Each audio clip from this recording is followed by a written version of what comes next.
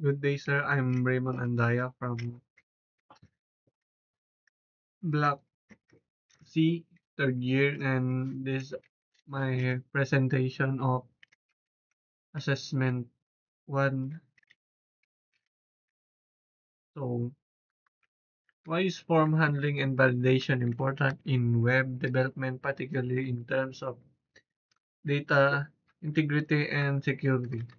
The data integrity ensures submitted data adheres to expected format and prevent invalid or corrupted data from entering the system.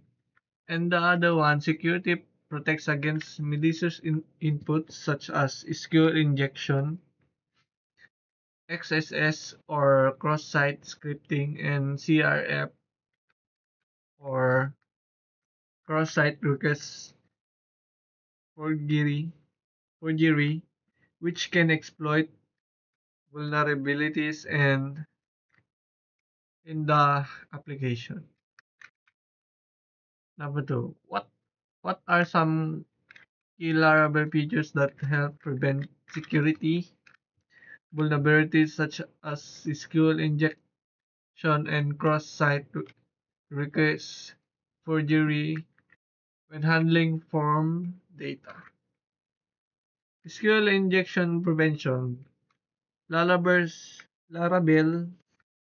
allocate form and query builder auto, automatically escape user input to prevent SQL injection attack.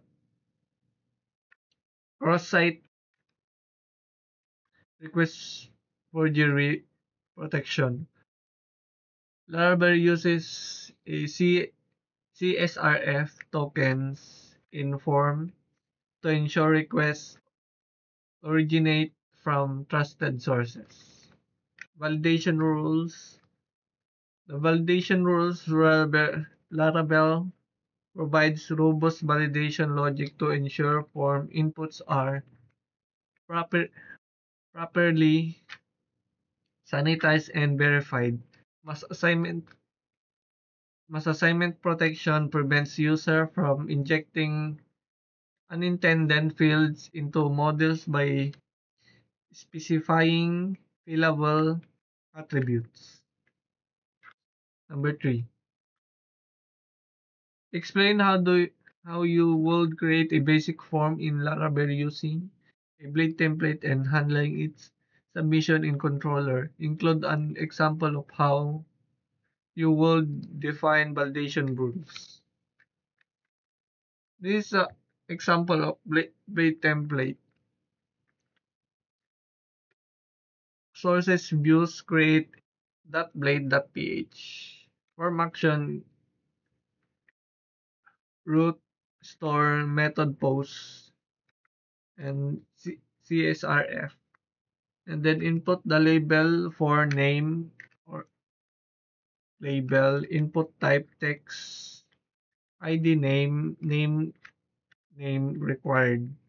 Label for email, and then input type email ID, email name, email required, and the button type submit button, and the root routes, and then web.php,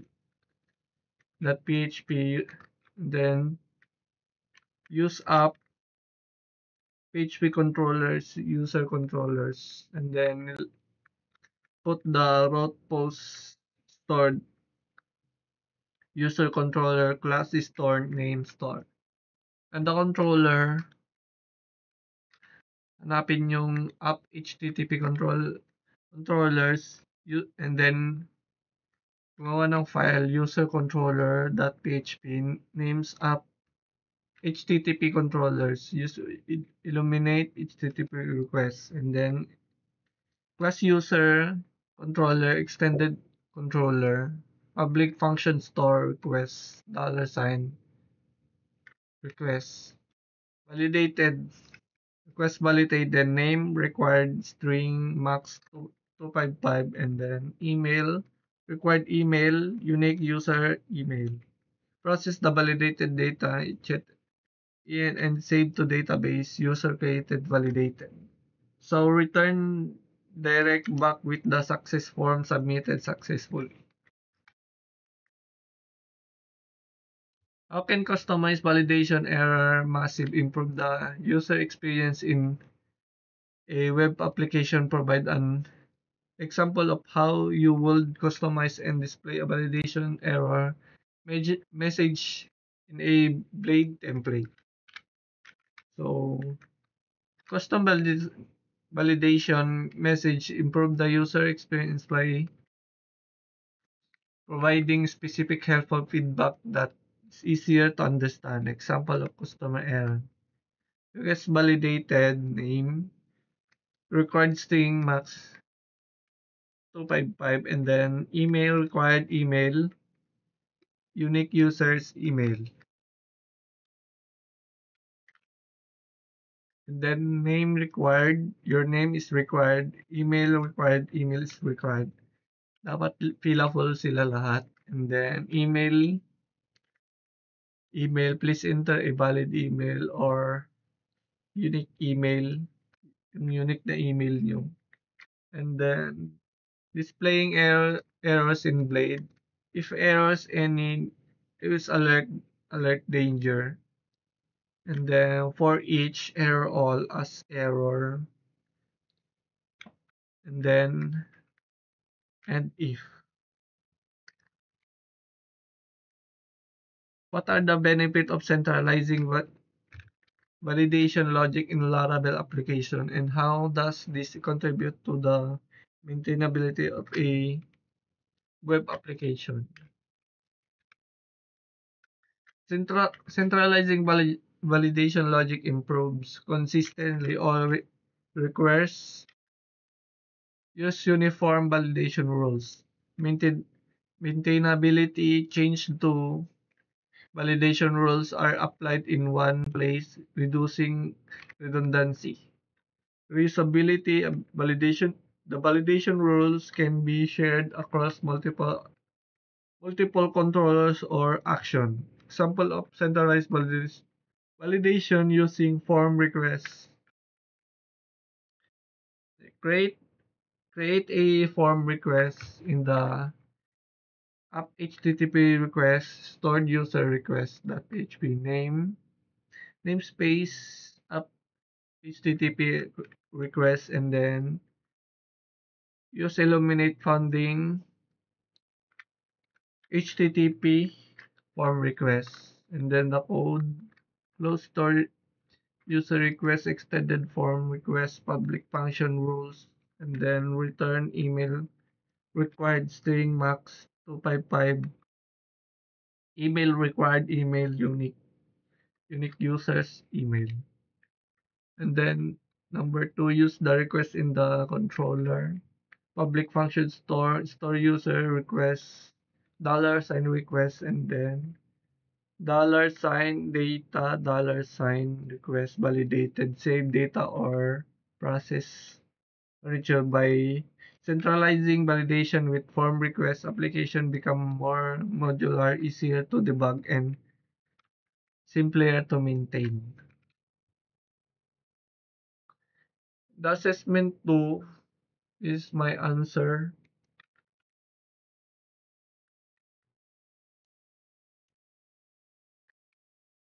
What is the role of middleware in Laravel authentication system, and how does it help protect routes and resources from unauthorized access?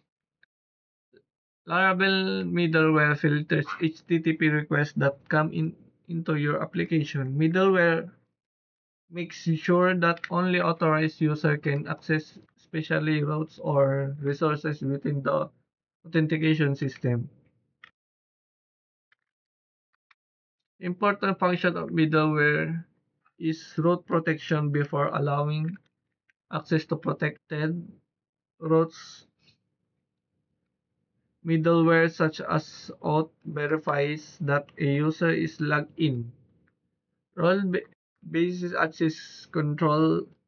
By confirming user role, middleware may Make sure users have the required rights, admin only access, session management by verifying the validity of the session, middleware keeps unauthorized user out of restricted region. Example, the out middleware ensures user unauthenticated.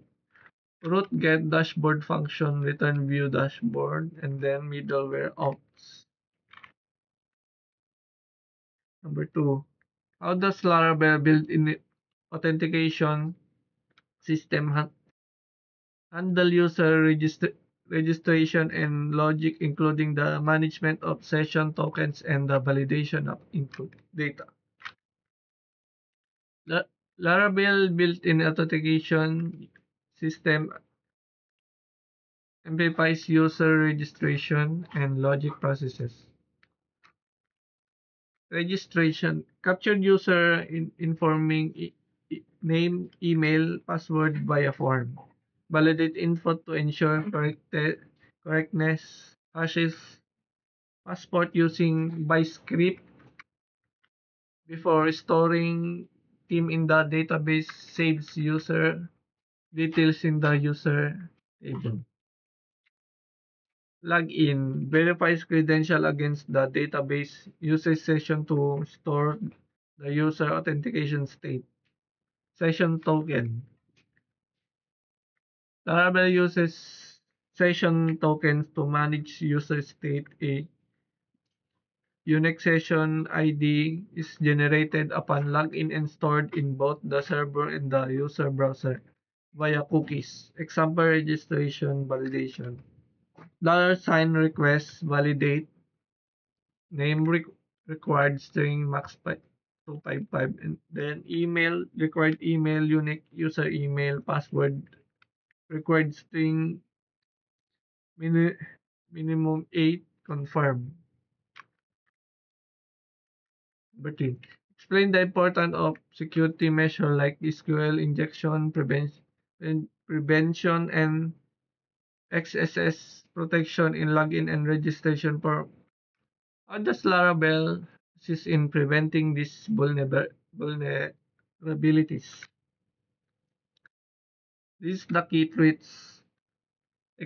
SQL injection attackers inject malicious SQL to manipulate or steal data. XSS or cross-site scripting attackers insert the script to execute malicious action in user browser. Laravel's assistant. SQL injection prevention. Laravel's query builder and eloquent arms automatically escape input data, making it safe. Like user where email and then $sign email first. XSS protection. Laravel escapes output by default using blade templates to prevent malicious script like $sign user input.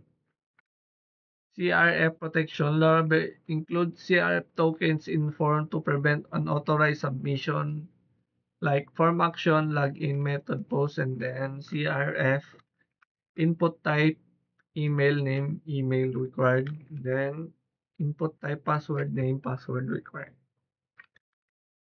Number 4. How will you create and apply custom middleware in Laravel to restrict access to specific routes based on user rules such as an admin only route? Creating custom middleware. Generate middleware like PHP artisan make middleware check rule and then define logic in check rule middleware in app HTTP middleware check rule in PHP and then namespace app HTTP middleware and then the code use closure use illuminate support proceed out and then plus check rule, public function handle, and then $sign request closure, $sign next, and $sign rule. If out check and then out user role and $sign rule, return direct to unauthorized return next request. Register middleware in kernel.php. Protected $root middleware and then roll up HTTP middleware check role plus. Applying middleware to routes. Route get admin function, return view admin dashboard, and then middleware role admin. Number 5. In terms of scalability, how can Laravel's authentication system be adapted to handle a growing number of user and requests? Give example like session management or token-based authentication. To handling a growing number of user and requests, Laravel provides scalability, scalable authentication solution. Session management. Use a distribute cache like Redis or Memcache for session storage in closed-turn environment like session driver equals to Redis. And token-based authentication use Laravel Passport or Sunstorm for API authentication, which is stateless and scalable. Token eliminate that need for session storage like PHP Artisan Password install. Example of API token authentication. Route middleware out AP get user function request $sign request return $sign request user.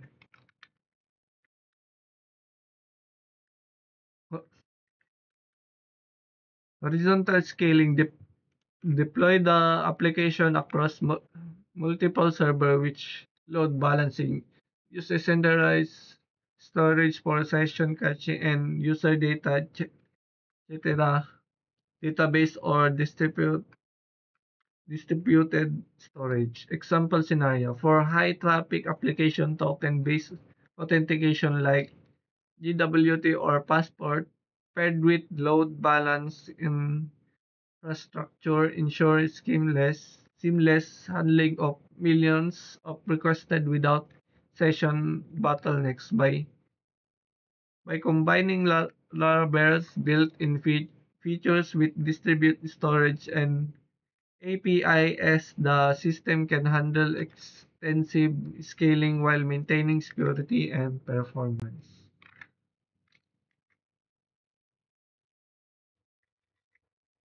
What are the key steps involved in implementing the create operation in Laravel and how do blade views and form handling play a role in this process?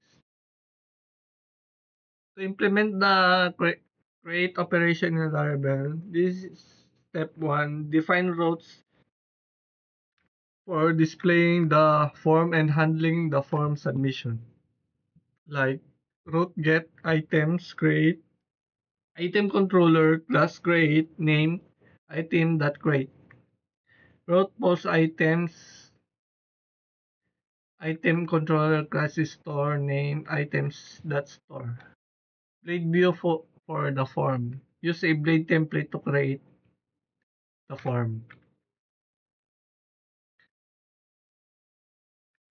And then hanapin yung resources view item then create that blade.php and then the code form action routed item that store method post and then at CSRF label form name label input type text ID name and name.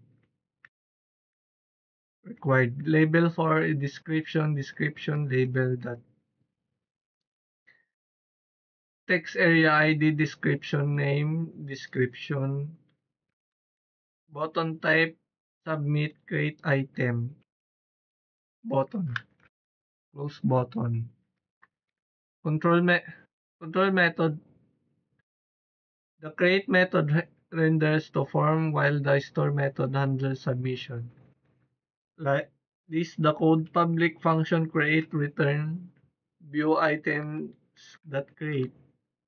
Public function store request $sign request, and then the validate request validate name required string max 255 description nullable string. Save the item to the database. Item create and then $sign validated. Return direct. Route item in items that index with success. Item created successfully. Model set up. Ensure the model allows mass assign by defining fill, fillable field class item extend model like protect. This is the code class item extend model protected $sign fillable name and description. Roll-up blades views and form handling. Blade views create dynamic and reusable HTML forms for user interaction. Form handling is manage user input via post requests combined with CSRF protection at CRF and validation. Explain the importance of data validation and sanitation in code operation. How does Laravel ensure security when handling user input during this operation? The importance of the read operation ay the data validation and sanitation in code operation. Data validation ensures that user inputs conform to the expected format and constraint. Data sanitation removes potentially harmful input data script to protect the system. Laravel's approach number one, validation rule. The validation rule Laravel provides a robust validation system to ensure the integrity of user input. Like this, the code does and request validate name required string max 255 description nullable string. Number two, automatic escaping. Blade templates automatically escape output to prevent XSS attacks. SQL injection prevention, eloquent arms, and query builders handle parameter binding to avoid SQL injection. Describe how will Number three, describe how would implement the read operation in Laravel to retrieve and display data from the database using both a control method and a blade view. Implementing the read operation in Laravel step by step. Number one, controller method. Use eloquent to retrieve data from the database. This is the code public function index $sign item all retrieve all items return view items in that index compact items. Step 2 blade view display retrieve data. Punta tayo sa resources view items index blade.php and then table the table and table head, and then name description, close body, and then for each $ item as item, and then the name and description. And for each. Number 4, what is the and for routes?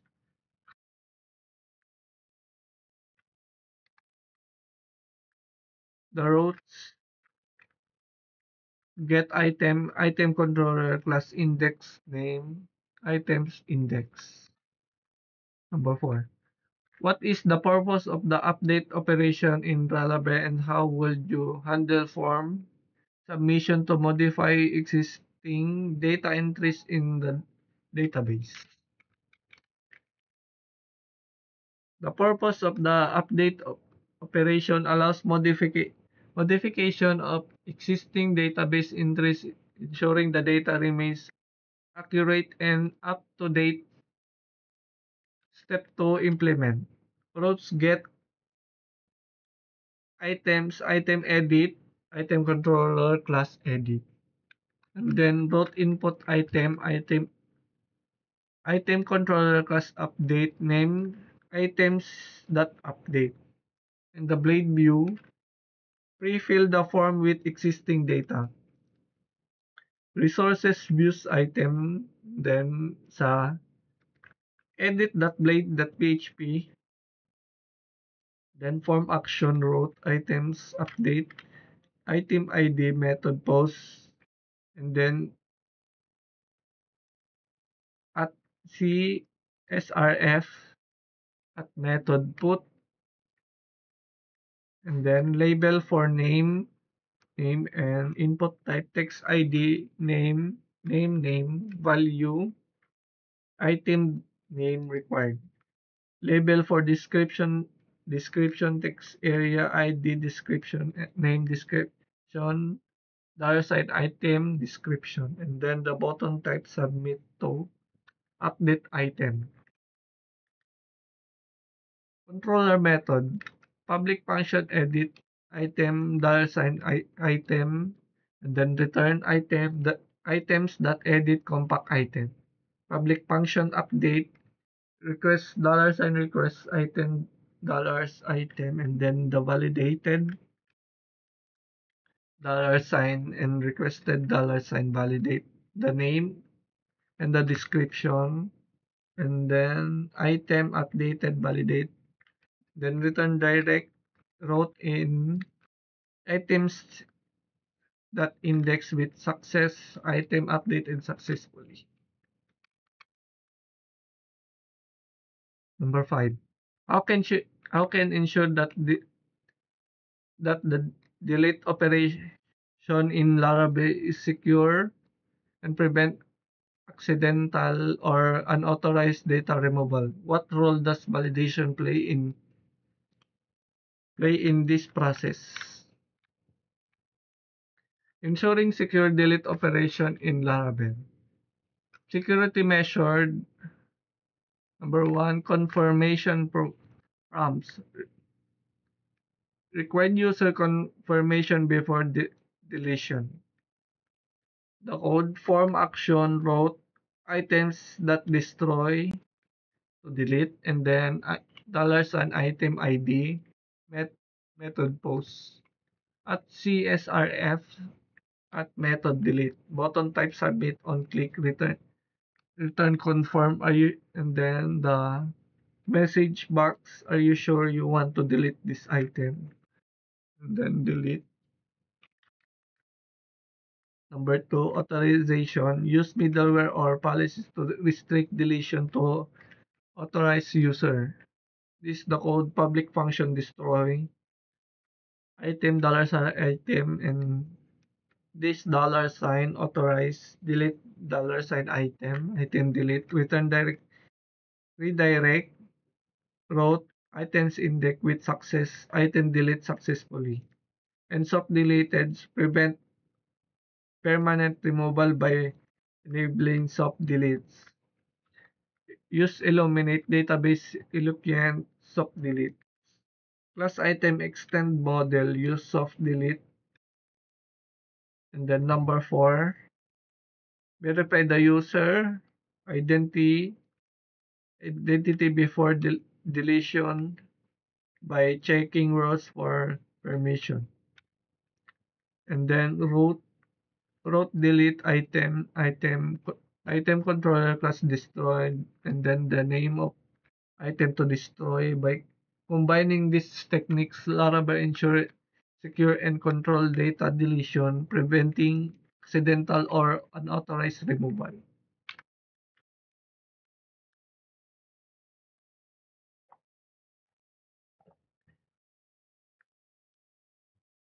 Assessment number 4. What is the purpose of Google reCAPTCHA and how does it enhance the security of web application when integrated with Form? The, no, the Google reCAPTCHA is a security service designed to protect websites from automated bots by distinguishing between human and machine interaction. How it enhances security, prevents spam, stop bots from submitting forms, loading comments, or registering fake accounts, prevent brute force attack, limits bots from systematically attempting to guess login credential, reduce automated abuse, to protect resources like surveys, poll, or online purchases. The step to obtain the reCAPTCHA keys, visit the Google reCAPTCHA admin console and then register your site, enter a label for identification, and then choose reCAPTCHA type V2 checkbox or V3 for invisible reCAPTCHA. Add your domain.